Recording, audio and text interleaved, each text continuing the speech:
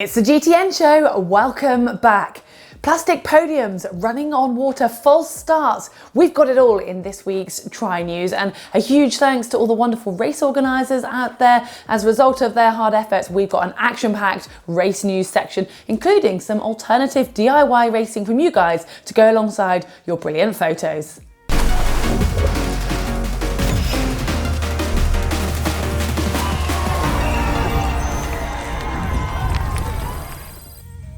It seems there's actually a silver lining to the postponement of the 2020 Olympic Games in Tokyo, as the organisers out there have been collecting recycled plastic and they now have enough to make the podiums out of this recycled plastic. So they have collected a total of 24.5 tonnes, 400,000 detergent bottles, and that was just in a 9-month period. It was a campaign involving schools as well as the sponsor P&G and the organisers themselves. And it's part of the Recycled Plastic Victory Ceremony Podium Project. Yeah, sorry, I had to check that one, which is an amazing effort in just 9 months. So hopefully with this extra year, they can carry on recycling. I mean, we're not going to need more podiums, but there's still a plan beyond that. So the slogan for the Tokyo 2020 is "Be Better Together." So it's aiming about being sustainable, and they plan to reuse and recycle 99% of all the procured items.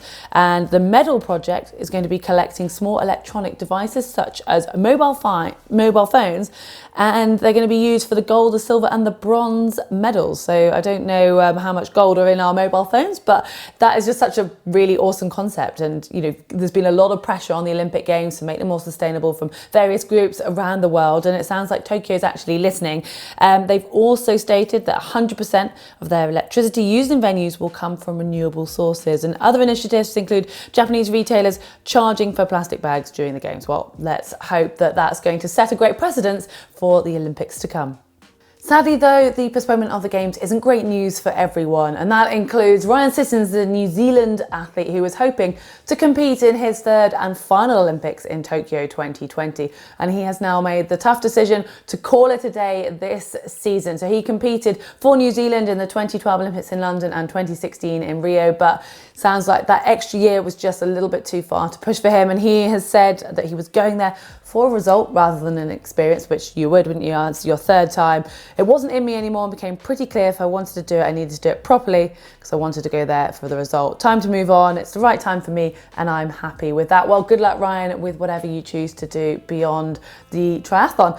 But another athlete has put sort of things on hold, but definitely not as dramatically as that. It's Daniela Ryf, who has just announced that this season isn't going to happen for her. She's obviously been hoping to still race because she's posted this piece saying some current foot problems and from a twisted ankle and corona uncertainties, no races, make it the conclusion it's best and smartest for her body to take it a bit easier now. She's going to keep training, so she's not going to exactly be sitting on a sofa because she's still going to be doing 2 sessions a day. So I wouldn't say it's quite a break, but very frustrating for her. If you look at this picture, that ankle doesn't look in a great way. So probably the best year to take a bit of a break. And we've seen several athletes. We saw Jan Frodeno announce that a few weeks ago as well after his injury. Sebastian Kienle also got injured but managed to come back and race. And it's just been quite a weird year, hasn't it, for everyone, not just athletes, but all of us following the sport as well.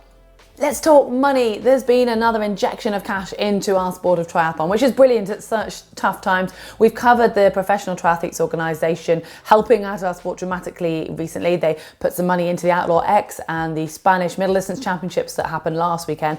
And they have, since the last show, announced that they're going to be contributing $20,000 to the Huntington Triathlon held in Indiana in October. This is actually an Olympic distance event, so it's giving the opportunity to those athletes who race over the shorter distance, but obviously open to middle and long distance triathletes as well. So great to see that they're still supporting the sport and really helping athletes kind of get the most out of what they can out of this very shortened season.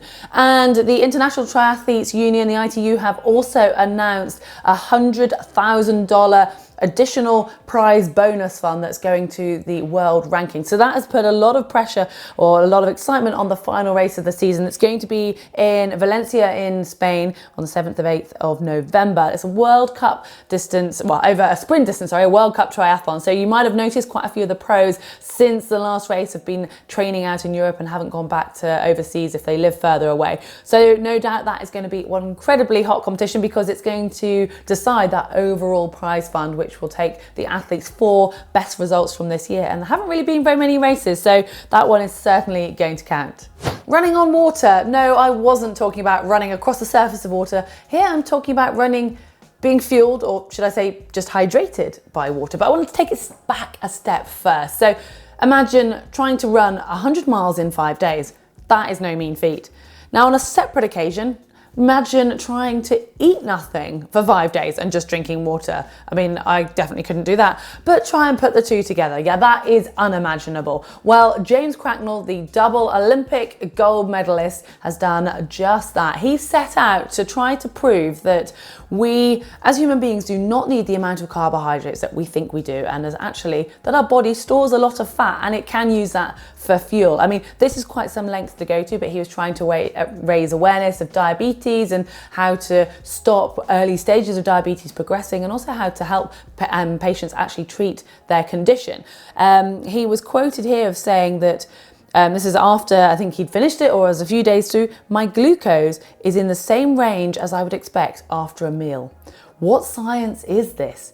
Hashtag fasting. I mean, that is incredible. I would love to know more about the science behind this, but irrelevant of that and irrelevant of the campaign that he's up to, that's just an incredible feat on its own. So congratulations, James, and we look forward to seeing what research comes out of that. It's race news, and it still feels like a novelty to chat about races, and we've got so many this week, which is brilliant. I'm going to start off with Ironman 70.3 Cozumel, and this race was dominated by the bike performances of both the winners. So the men's race was won by Sam Long with the fastest bike split of the day. He was chased down by Tyler Butterfield, last year's winner, on the run, but he managed to hold him off to take a win by just under a minute. It was Tyler who was second, Mauricio Mendez of Mexico was third. The women's race was absolutely smashed and dominated by Holly Lawrence. She had the quickest bike split of the day and just opened up a huge lead and maintained that on the run. Second was Romina Biagioli of Argentina, and Cecilia Perez of Mexico was third.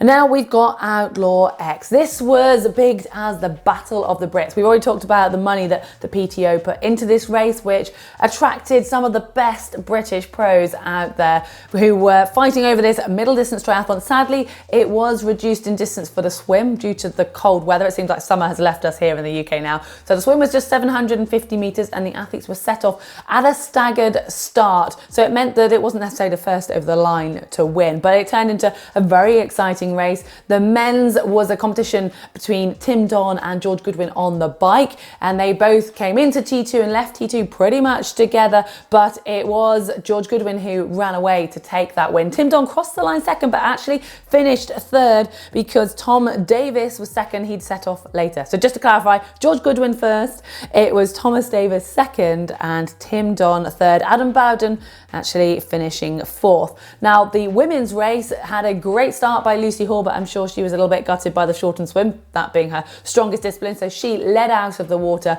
but by the 40-mile mark, she had been overtaken by Nikki Bartlett and Katrina Matthews on the bike. Those two stuck together pretty much for the bike, came into T2 together and out again pretty much together. Katrina Matthews just ahead, and Nikki never managed to close that gap. So Katrina Matthews took the win. Nikki Bartlett was second. It was a fight for third, however. Fenella Langridge overtook Lucy to finish in third, and Ruth Arsell had a very strong finish to come fourth, leaving Lucy Hall in fifth.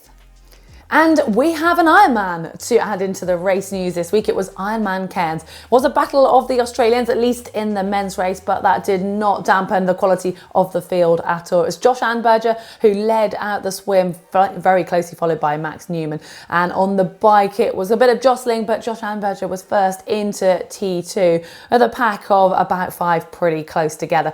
And it turned into a running race. Max Newman put down the burners and recorded a time of 2 hours 50 on his marathon to take the overall win. It was Tim Van Berkel second, Josh Anberger third, and Tim Reed in fourth. Now the women's race was incredibly close between Sarah Crowley and Amelia Watkinson out of the swim. Those two were pretty much together, but Sarah Crowley actually got a drafting penalty, which kind of put her, not out of the race, but put her out of the contention. She was on a constant chase back for the rest of the day and ended up just 2 minutes behind Amelia Watkinson. So Amelia Watkinson took the win for New Zealand, note. Sarah Crowley second for Australia, and Renee Kiley, also from Australia, was third. Then we had a couple of other races to finish up with. We've got the Spanish Middle Distance Championships. You're not going to get any points for guessing who won the men's race here. Yeah, it was Javier Gomez in a time of 3 hours 37.25, over 5 minutes quicker than Colin Chartier in second, and James Teagle, you might remember that name from our news story last week when he just got the win when the Spanish athlete let him go first. Anyway, he finished third this weekend at those Middle Distance Championships. The women's race was won by Anna Jenkins, Laura Gomez was second, and Judith Cochrane was third. And it looks, from the photos and videos I've seen, pretty horrible conditions. Didn't really look like Spain, but Gomez put here, what a race, coldest race in a long time, but actually felt good, and I'm happy to take the win. Great, and great support again from the PTO, adding in some prize money and making that a really top level event. We also had another race which caught my eye just from a couple of big name athletes racing. It was the Swiss Elite Championships over the super sprint distance, and by the looks of the conditions, I think they were quite glad it was so short. No points for guessing. It was Nicola Spirig, the Olympic gold medalist from 2012, who took the win. It was her sixth, I think, her eighth Swiss Elite win over this distance. So they rode together, I think, on the bike, and she just pulled away on the run. No surprises there. But if you scan down through the results, Imogen Simmons was in the mix. She actually finished sixth, and she posted here on her results, definitely need to learn how to swim and mount my bike, but pleased with that, had so much fun. That's just brilliant, isn't it? Is seeing that the pros just love racing for the fun, and I think that has been heightened after such a long hiatus of any racing. But the men's race was won by Florin Salversberg. It is clear that so many of us are missing racing and just desperate to race. It's now time to share your photos and your videos this week, because we've had some wonderful athletes going out there and just making their own DIY triathlons. And yes, hats off to you. We've got this first one that's a couple of pictures sent in by Ali, who's from Lake Windermere. This is the location. This is up in the Lake Districts where we were actually for the Helvellyn Tri at 7 a.m. He says he was training for his first full distance this year when, along with everyone else, it got cancelled. I decided to put all that training to good use and raise some money for Mind UK, as all the charities took a hit this year. That's a mental health charity, for those of you who are interested. He says, I designed my own tri so it wouldn't get cancelled, to include the 10.5 mile swim of Windermere. Now, for those of you guys don't know, that water will have been Baltic, absolutely freezing. He then cycled 280 miles to Ben Nevis, which is the highest peak in the UK, I think. I need to probably check that one. But and then he ascended and descended Ben Nevis, which is 10.5 miles. So wonderful effort, Ali. I love this. Well, I just love all the pictures. I think Fraser would like that one, venturing across the border into Scotland. But yeah, we all know what the weather can be like up there. So great effort. This next one from John, and it's a BMC team machine from Virginia Beach in Florida. With COVID, I have found that solo riding gives me peace. Although I miss group riding, solo riding has given me a different perspective of enjoying the ride more. Well, brilliant. I think more of us need to just get out there and enjoy and appreciate how lucky we are to be able to ride our bikes, if you can, wherever you live. And if you have the sunshine like that, then you're even luckier. Floor now sent in this photo, which I love. He says under the bike description, €200 bike from Tribal with a lot of upgrades on it. This is sent in a picture from Belgium, Flanders, and he says, is it possible to combine time trial and gravel? He's actually put time trail, which I kind of don't know if that was a typo. I quite like that though. Sure, in hashtag just be careful. Well, that's an interesting geometry on that bike, isn't it? But with the TT bars as well. I love it. I love the ingenuity and the ideas behind that. We'll keep them coming, whether you are brave enough to still be doing a DIY triathlon as we reach winter in the Northern Hemisphere anyway, or you're now venturing indoors and you're doing up your pain cave, or you're still getting out and managing to get a few races in. Whatever it is, share it with us, because at the moment we all have to live vicariously through each other. I think you can do that using the upload that's on screen. You can also find it in the description below. It's Caption competition time, and last week we had this photo for you guys to caption for us. Flora Duffy and Georgia Taylor-Brown having a fist bump at the finish of the last World Cup. And we've got 3 runners up. Alex Fuller, 1, 2, 3, 4. I declare a thumb war. Thomas Krupa, yeah, finally, oh no, we pronounced Kalovivari right. Now, I probably haven't pronounced it right, which is the irony of that one. Hence why I couldn't make you the winner, Thomas, but I like it all the same. John Pedersen, when you are going to give your friend a big hug, but you get denied with a fist bump. Yeah, it's all a bit like that, isn't it, at the moment? It's like elbow, fist, what are you going to get? No hugs, sadly. But the winner this week is Anna Capano, the only bump in the road that day. Nice one, Anna. Well, do get in touch and we'll send a GTN cap out to you. And this week we have a photo of Rudy von Berg from the Les Sables d'Olonne 70.3.